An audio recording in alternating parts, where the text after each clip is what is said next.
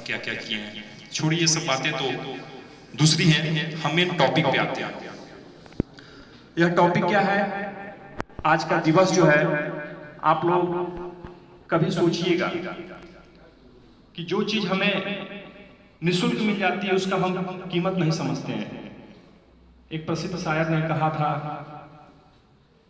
कि दुनिया जिसे कहते हैं जादू का खिलौना, सलमान सर, दुनिया जिसे कहते हैं जादू का खिलौना, जो मिल जाए मिट्टी जो ना मिले सोना। हम उस चीज की कीमत को समझते ही नहीं है। अगर आप हॉस्पिटल में एक दिन जाइए, वेंटिलेटर पे चले जाइए, लाखों रुपए का बिल देके चले आएंगे, उस दिन आपको समझ में आएगा कि ऑक्सीजन क्या होता है। आप राजस्थान में रहिए, वहां पे जितनी छोटी बच्ची रहेगी उतना छोटा घड़ा, जितनी बड़ी महिला उतना बड़ा घड़ा। सवेरे दिनचर्या की शुरुआत ही पानी लाने से होती है। विश्व के ढेर सारे देश ऐसे हैं कि जहां पर पीने योग्य पानी नहीं है। तो मैं इस कार्यक्रम की औपचारिक शुरुआत करता हूं। इस कार्यक्रम का मुख्य उद्देश्य है जल जीवन है, जल है तो कल है। आप लोगों को मालूम होना चाहिए कि हमारा उद्गम स्थल ही, हमारी उत्पत्ति ही पानी से हुई है। आप सभी लोग जानते हैं कि हमारी उत्पत्ति ही पानी से हुई है और पानी के बिना हमारा अस्तित्व ही नहीं है। अधिकतम हम 6 से 7 दिन पानी के बिना रह सकते हैं। अधिकतम खाने पीना बिना हम 28 दिन रह सकते हैं और ऑक्सीजन के बिना मैक्सिमम हम 3 मिनट रह सकते हैं। आपको मालूम होना चाहिए कि जुपिटर, सैटर्न, यूरेनस, नेपच्यून, अर्थ, वीनस, मार्स और मरकुरी, यह पृथ्वी जो सौर मंडल का एक ग्रह है, इसमें मात्र एक ग्रह है कि जहाँ पे जीवन है। और जीवन का मुख्य कारण क्या है? यहाँ पे जल है, जंगल है, जमीन है और जीव है। जब इनमें सामंजस्य नहीं बैठ पाता है तो वही पर्यावरण प्रदूषण की श्रेणी में आता है। अब पूरी पृथ्वी जो है, इस पे 7 ग्रह है। उन 7 ग्रहों में सबसे बड़ा 7 महाद्वीप हैं, उनमें सबसे बड़ा महाद्वीप हमारा एशिया महाद्वीप है। पूरे विश्व के क्षेत्रफल का मात्र 2.4% क्षेत्रफल हमारे देश का है। पूरे जो भी क्षेत्रफल है उसमें 71% भाग पानी है। सोचिएगा ध्यान से, 71% भाग पानी है और 29% भाग पे हमारा स्थल है। और उसका 97% भाग जो है, अगर एक गिलास हम ले इसको, तो उसका 97% भाग क्या है? वह पानी पीने योग्य नहीं है, वह समुद्रों में पानी है। मात्र 3% पानी पीने योग्य है। उसका भी 2.4% पानी क्या है? उत्तरी ध्रुव और दक्षिणी ध्रुव में 0.60 पानी पीने योग्य है। हमारे देश की जनसंख्या विश्व की जनसंख्या का 18% है। हमारे देश की जनसंख्या विश्व की जनसंख्या का 18% है। क्षेत्रफल 2.4% है। विश्व की जितनी कैटल्स हैं, जो पशु हैं, वह 20% हमारे देश में रहते हैं और हमारे पास पीने योग्य पानी मात्र 4% है। तो गांधी जी ने कहा था बात कि जो बदलाव आप दुनिया में देखना चाहते हो, बदलाव स्वयं में लाइए। और कहा था कि if you do not do great things, do small things in great way, and small things done are better than great things thought. Start where you are, use what you have, do what you can. सबका संक्षेप यही है कि जो परिवर्तन आप दुनिया में देखना चाहते हैं, वह प्रयास आप स्वयं शुरू कीजिए। एक अकेला बहुत कुछ नहीं कर सकता है, लेकिन एक अकेला सूरज ही है कि जो सारे जहां को उजाला दे जाता है। तो बातें तो बहुत बड़ी बड़ी हैं, लेकिन हम प्रयास कैसे शुरू करें? मैं आपको बताना चाहूंगा कि रियो डी जेनेरियो का नाम सुने होंगे, ब्राजील का एक शहर है। 1992 में यूनाइटेड नेशन द्वारा प्रत्येक वर्ष global warming, climate changes, biodiversity और ग्रीन हाउस इफेक्ट के बारे में चर्चा किया, चिंतन किया, मनन किया। और 1992 के बाद से 1993 में आज ही के दिन जल दिवस मनाने का घोषणा किया गया। 22 मार्च को हम जल दिवस मनाते हैं, 22 अप्रैल को पृथ्वी दिवस मनाते हैं, 5 जून को हम पर्यावरण दिवस मनाते हैं। लेकिन मनाने से कुछ नहीं होगा। हम जयंतियों को मनाते हैं। स्वामी विवेकानंद को आप सभी लोग जानते हैं, 12 जनवरी को उनके हम जन्म दिवस को मनाते हैं, लेकिन उनकी बातों को हम नहीं मानते हैं। 2 शब्द होते हैं, एक अमल होता है और दूसरा शब्द होता है निष्ठा। हमें बड़ी बड़ी बातें नहीं, छोटा छोटा प्रयास करना होगा। अगर आज के जाने के बाद अगर आप अपने घर को साफ करते समय, स्नान करते समय, दिनचर्या में पानी का यूज कम कर रहे हैं, तो इस दिवस का हमारा आना सार्थक होगा, क्योंकि हम बिल्कुल निस्वार्थ भाव से हैं। और यहाँ तक मैं एक सरकारी शिक्षक भी हूँ, छुट्टी लेके यहाँ पे आया हूँ। तो मैं बताना चाहूंगा कि जो पानी का उपयोग होता है 80 से 90% वो कृषि में होता है। आप सभी लोग ग्रामीण परिवेश से हैं, भारत गांव का देश है, भारत की आत्मा गांव में बसती है। 6,49,481 यहाँ पे गांव है, 650 से ज्यादा जनपद है, 68.69% जनसंख्या जो कृषि पे आधारित है या कृषि से संबंधित है। और आप लोग बस ये प्रयास कीजिए, अगर घर पे आपकी बिजली है तो सिंचाई जो होनी चाहिए सवेरे होनी चाहिए, चाहे शाम को होनी चाहिए। पूरे विश्व में भूगर्भ जल का सबसे ज्यादा उपयोग 65% हम धरती के सीना को फाड़ करके समरसेबल ट्यूबवेल के माध्यम से खेतों की सिंचाई करते हैं। सबसे ज्यादा विश्व में हम लोग करते हैं, जिसकी वजह से पिछले 50 वर्षों में भूगर्भ जल का हम इतना दोहन कर चुके हैं कि आने वाली पीढ़ियों को हम क्या देंगे हमें नहीं पता है। कहा भी गया कि no matter how much wealth education and money we have, our children can not live well unless we restore soil and water, conscious planet only with the forward. हम अपनी आगे आने वाली पीढ़ियों को हम धन संपदा कुछ प्रभावित नहीं कर सकते हैं जब उनको स्वच्छ जल हम नहीं दे सकते हैं, स्वच्छ वायु नहीं दे सकते हैं। और मैं ये बताना चाहूंगा कि अगर आपके थाली में अगर 1 किलो चावल पक के आता है तो 4000 लीटर पानी लगता है। 1 किलो गेहूं का आटा बन के रोटी के में आता है तो लगभग 2500 लीटर आता है, पानी का उपयोग होता है। और संसार में जो मात्र गेहूं, चावल, ज्वार, बाजरा, जिसको सृजन, जिसको इंटरनेशनल मिलेट डे के रूप में हमारे देश ने स्थापित कर दिया है योगा की तरह, यह प्रोटीन और ऊर्जा के स्रोत हैं। तो मैं आप सबसे यही कहूंगा कि अपने थाली में उतना ही भोजन लें कि जितना उस भोजन को आप उपयोग कर सकें। ये छोटी छोटी हैबिट्स ही हैं हमारे इन्वायरमेंट के लिए क्या इफेक्टिव होंगी। आप जैसे पानी पीते हैं तो अक्सर होता है कि जैसे सर यहाँ पे पानी दिए बहुत अच्छा लगा, अक्सर लोग क्या करते हैं कि बोतल में पानी रख देते हैं, आदमी जो घूट पीता है और फिर उसको बाहर फेंक देता है। मैं एक छोटी सी कहानी सुना रहा हूँ। 2 व्यक्ति थे, वो समुद्र के किनारे घूम रहे थे। एक व्यक्ति था कि समुद्र की जब लहरें आ रही थी तो कुछ कीड़े मटोरे जो थे वो बाहर आके तड़प रहे थे, तो वो व्यक्ति क्या करता था, उठ के उनको फिर समुद्र में डाल देता था और दूसरा व्यक्ति हंसता था। लास्ट में उससे रहने गया, पूछा कि आप क्या कर रहे हैं, तो कहा कि कम से कम कुछ लोगों की मैं जान तो बचा रहा हूं। यह पॉजिटिव अप्रोच हमारे अंदर होना चाहिए। कक्षा 5 किताब पढ़ेंगे, गौरैया, एक जंगल में आग लगी रहती है, जंगल की आग जिसको कहते हैं, और एक कौवा हंसता रहता है और एक गौरैया रहती है अपने चोंच से पानी को बुझाती रहती है। तो कहती है जब जंगल का इतिहास लिखा जाएगा तो यह बताया जाएगा कि मेरा नाम आग बुझाने वालों में था, न कि तमाशा देखने वाले में था। तो आप लोग के ऊपर इफेक्ट, आप कुछ भी नया करने जाएंगे, तो उस पर एक शेर है, सबको मिल जाएगी मंजिल, सबको मिल जाएगी मंजिल, ये जरूरी तो नहीं।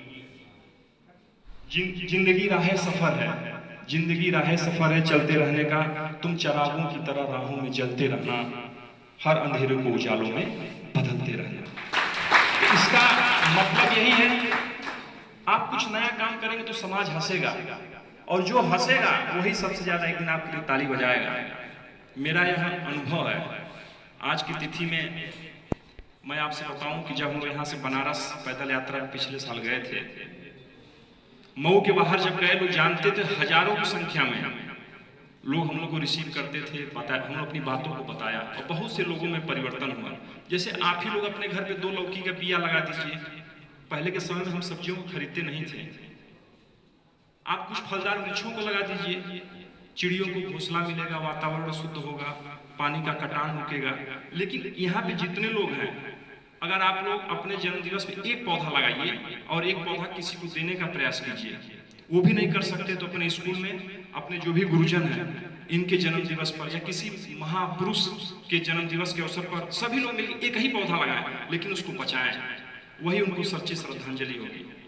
क्योंकि कहा भी गया है कि राष्ट्र प्रथम, राष्ट्र सर्वोच्च। देश हमें सब कुछ देता, हम भी तो कुछ देना सीखें। देखो मेरे बच्चों, सबसे पहले इम्पॉर्टेंट है कि हम पढ़ लिख के अपने आप को स्थापित करें, क्योंकि education is a most powerful weapon which can use to change the world. शिक्षा ही सबसे बड़ा शस्त्र है जो संसार में परिवर्तन कर सकता है। तो आप लोग पहले पढ़िए और पढ़ने के साथ समाज के लिए एक अपने आप को अर्पित करने की भावना होगी। कहा भी गया है कि मन समर्पित, तन समर्पित और यह जीवन समर्पित, चाहता हूँ देश की धरती तुझे कुछ और भी। तो आप लोग मेरी बातों को आत्मसात करने का प्रयास कीजिएगा, क्योंकि विवेकानंद जो शिकागो सम्मेलन में गए थे उन्होंने केवल 5 शब्द बोला था, sisters and brothers of America. वो 5 शब्दों पे कितने मिनट ताली बजी आप लोग पढ़े होंगे, लेकिन वो 5 शब्द जो थे वो ऐसे ही नहीं आए, वह पूरी भारतीय संस्कृति सभ्यता को विश्व पटल पर परिलक्षित कर दिए थे। तो वो उनके संघर्ष, समर्पण, तप, त्याग, तपस्या का प्रतीक रहा। और मैं जल दिवस के बारे में बताने जा रहा हूँ, ढेर सारी बातें। और जब रियो डी जेनेरो में सम्मेलन हुआ तो 1993 से प्रतिवर्ष हम सम्मेलन यह मनाते जा रहे हैं, और इसका मुख्य उद्देश्य है कि जल के बारे में, स्वच्छ जल मात्र 0.60 पूरे विश्व में है। 80-90% जो होता है वह सिंचाई में होता है, जिसमें रिड्यूस, रीयूज, रिफ्यूज, रिसाइकिल और सबसे इंपॉर्टेंट है रिस्पेक्ट। प्रकृति द्वारा जो भी हमको उपहार में चीजें मिली हैं उनका हमको रिस्पेक्ट करना होगा। खेत पर मेड़ होनी चाहिए, मेड़ पर पेड़ होना चाहिए, उनका रिस्पेक्ट होना चाहिए। अक्सर हम लोग देखते हैं कि जनसंख्या बढ़ती जा रही है, हम क्या कर सकते हैं? आप अपने स्तर से तो पहल कर सकते हैं। हम शादी जब करेंगे तो हमारा परिवार में एक या 2 ही बच्चे होंगे। औद्योगिकरण हो रहा है, नगरीकरण हो रहा है और आर्थिक युग आ रहा है।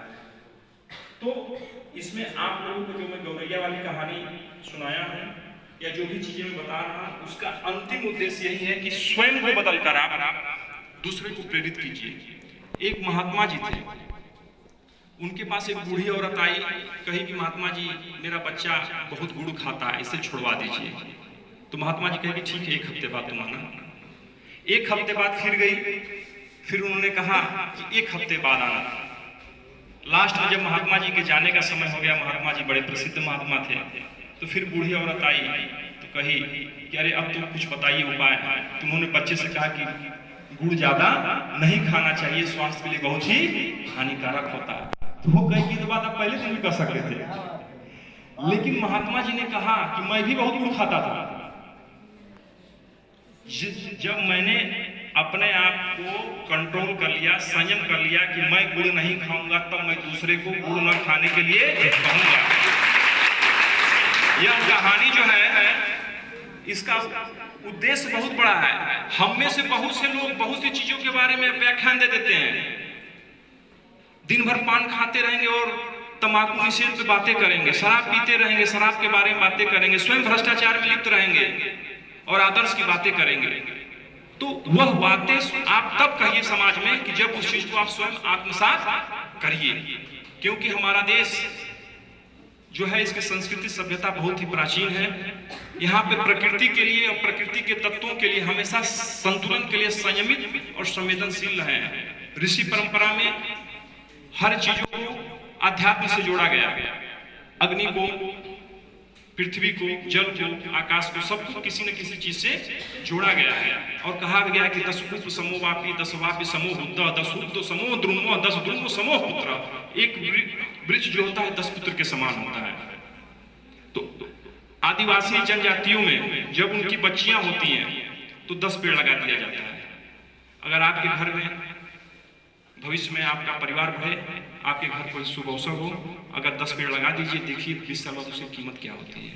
लेकिन इसके लिए कहना नहीं, करना पड़ेगा।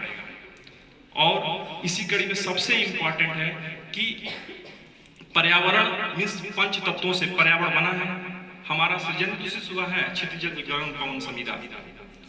वो जब प्रदूषित हो जाएंगे तो हमारा तन मन सब प्रदूषित होगा।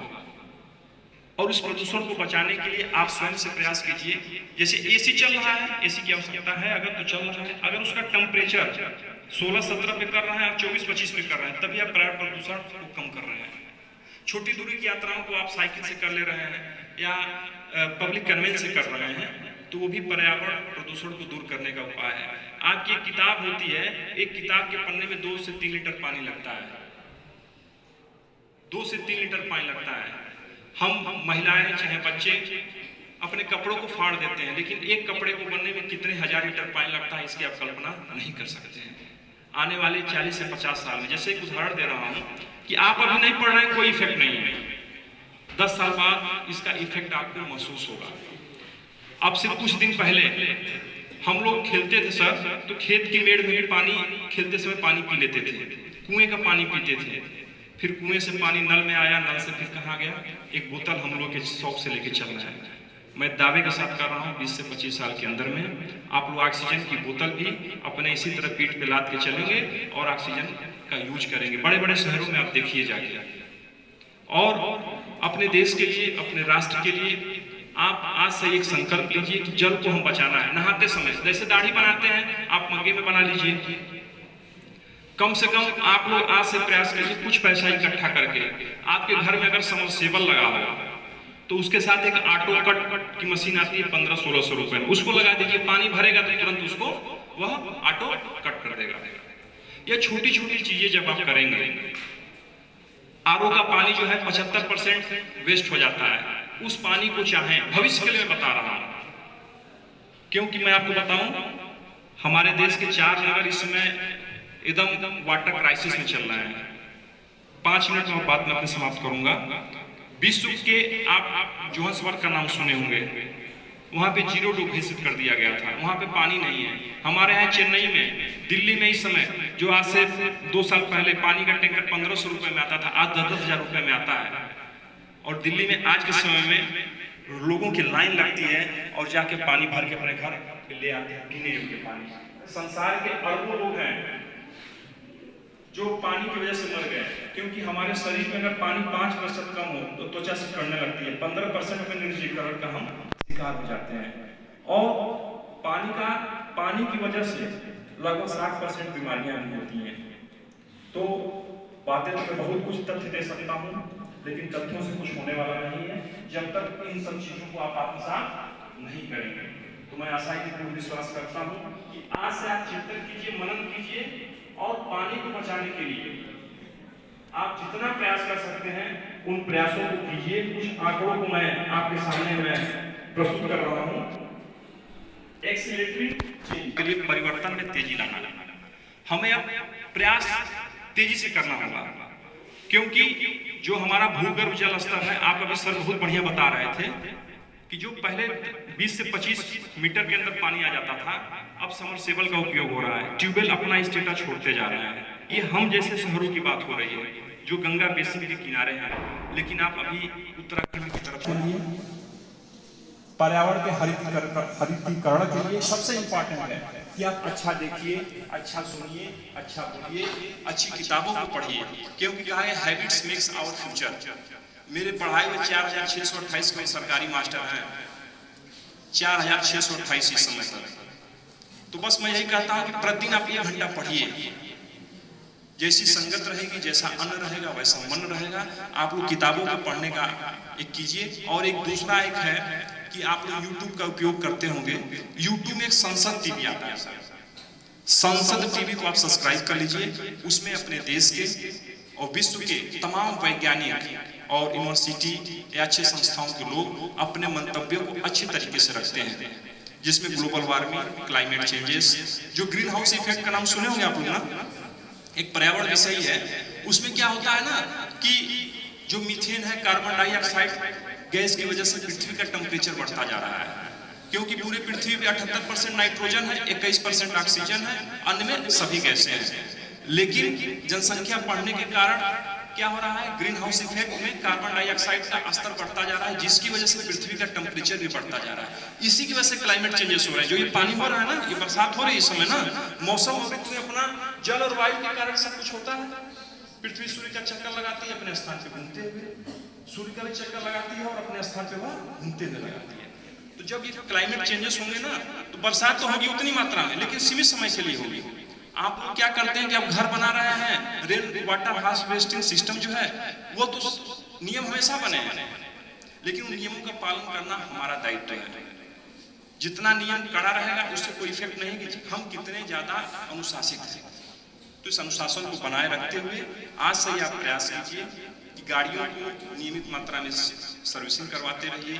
जो भी आपके घर फ्रिज है, कूलर है, टीवी है या जो भी ऊर्जा के संसाधन है उनकी बचत करते रहिए। और इसी पे दो शायरी के माध्यम से अपनी बातों को समाप्त करूंगा मैं कि जमी जल चुकी है, आसमां बाकी है, सूखे कुएं तुम्हारा इम्तिहान बाकी है, समय से बरस जाना हे मेधा, किसी की जमीन गिरवी तो किसी का लगान बाकी है। अगर आप इसी तरह देखते रहेंगे, उसी पे एक बात है, बहुत बढ़िया कविता है कि समर शेष है नहीं पाप का भागी केवल व्याध, जो तटस्थ समय लिखेगा उनका भी अपराध। और एक कविता अंतिम यही है कि राहों में मुश्किलें तो होंगी, राहों में मुश्किलें तो होंगी, तुम चलो तो सही, हो जाएगा हर एक सपना साकार, तुम उठो तो सही। कब तक लगाते रहोगे सपनों के सागर में गोते, जीवन का एक लक्ष्य चुनो तो सही, एक दिन तुम्हारा भी नाम होगा, एक दिन तुम्हारा भी सत्कार होगा, तुम कुछ लिखो तो सही, तुम कुछ पढ़ो तो सही, जीवन का एक लक्ष्य चुनो तो सही। और अंतिम लाइन देखिए कितनी बढ़िया इसकी है कि कुछ ना मिला तो भी बहुत कुछ सीख जाओगे, जिंदगी का अनुभव साथ लेके जाओगे, गिरते पड़ते संभल जाओगे, फिर एक दिन तुम जीत जाओगे। इसी आशा और विश्वास के साथ मैं कहता हूँ कि आज से आप लोग अपने जीवन का एक संकल्प बनाइए, शिक्षित होइए और पढ़िए, और जो मैं बातें बताया हूँ उसको करते हुए अपने स्कूल को हरित बनाइए, अपने मन मस्तिष्क को हरित बनाइए। और इसी के साथ ढेर सारी शुभकामनाएं। धन्यवाद।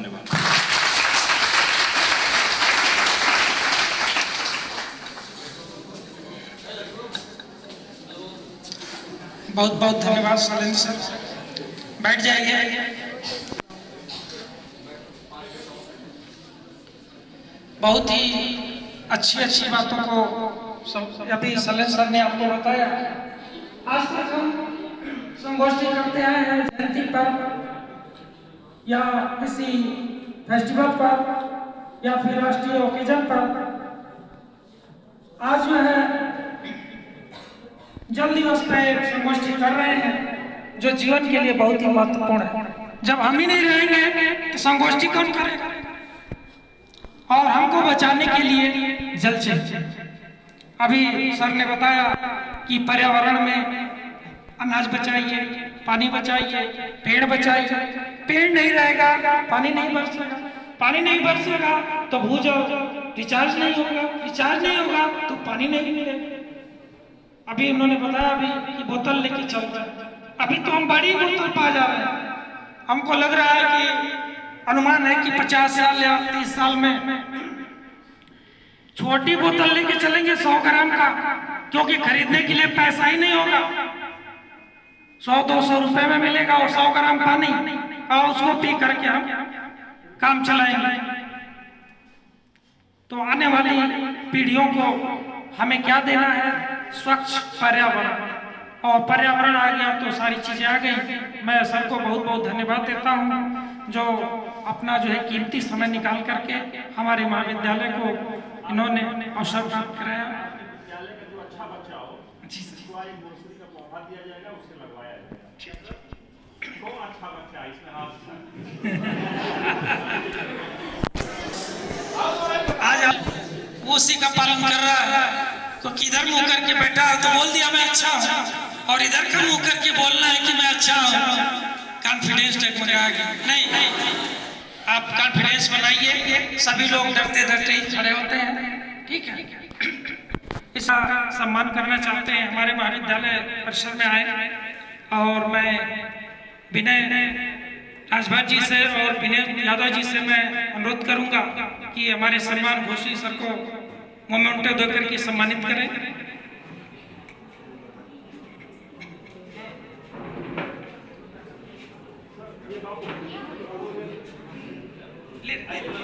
अच्छा आपका ले लो, बाद में फोटो ले लो। आइए सम्मान सर, विनोद सर तालियों के साथ स्वागत करिए।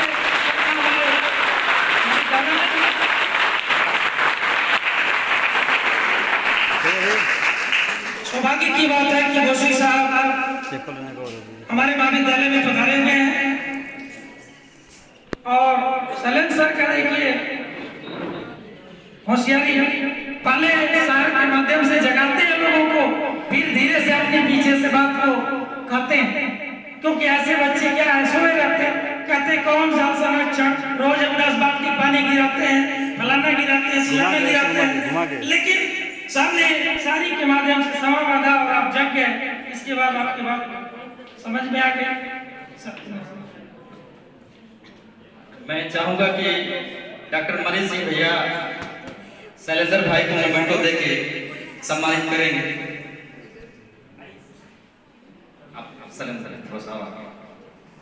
आप लोग ताली बजा के स्वागत करेंगे।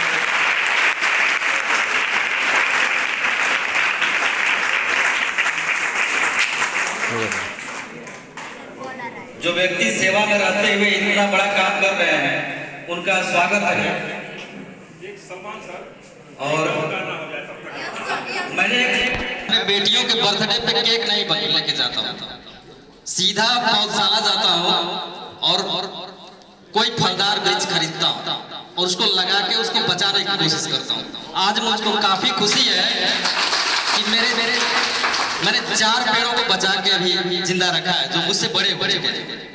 तो ये उपलब्धियां हैं, बचाएंगे तभी ऑक्सीजन मिलेंगे और उससे आने वाली पीढ़ियों को भी मिलना है। तो पेड़ जरूर लगाया, ये मेरी गुजारिश है। धन्यवाद।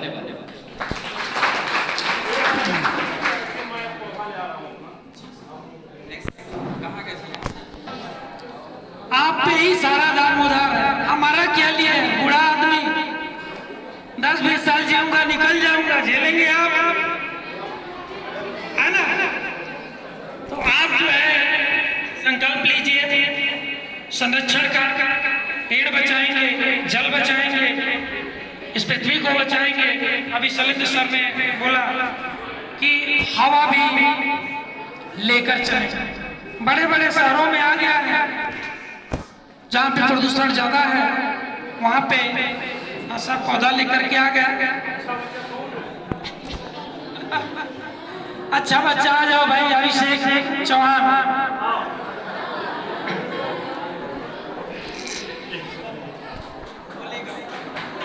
हेलो, देखिए भीमराव अंबेडकर का नाम सुने होंगे आप लोग। उन्होंने कहा था कि education is the milk of tiger city who can consume it start roading. शिक्षा वह शेरनी का दूध है, जो पिएगा वह दहाड़ेगा। बातें तो बहुत बड़ी बड़ी हो चुकी हैं, अब करने का वक्त आ गया है। जैसे हम लोग विद्यालय में जब जाते हैं, आप मेरा देखेंगे शैलेंद्र इन्वायरमेंटलिस्ट के नाम से देखेंगे, एक दिन का जियो टैगिंग के साथ है, एक दिन का, चाहे जाड़ा हो, चाहे गर्मी हो, चाहे बरसात हो। मैंने प्रण किया था 100-200 दिन तक कोई ध्यान नहीं दिया, लेकिन जब एक बार एक पेपर में एक भाई ने हमारा निकाला, उसके बाद मैं बता दूं कि किन किन मंचों से मुझे सम्मान मिला है। जब मुख्यमंत्री जी मुझे अपने हाथ से उठ के चाय दिए, उस दिन मेरे आंख में से आंसू आ गया। और मेरे जन्मदिन सोचिए कि 2 मुख्यमंत्री, 2 राज्यपाल, एक शिक्षक को फोन करके बधाई दिए। तब मुझे लगा कि महान कार्य अगर आप करेंगे तो आप स्वयं महान हो जाएंगे।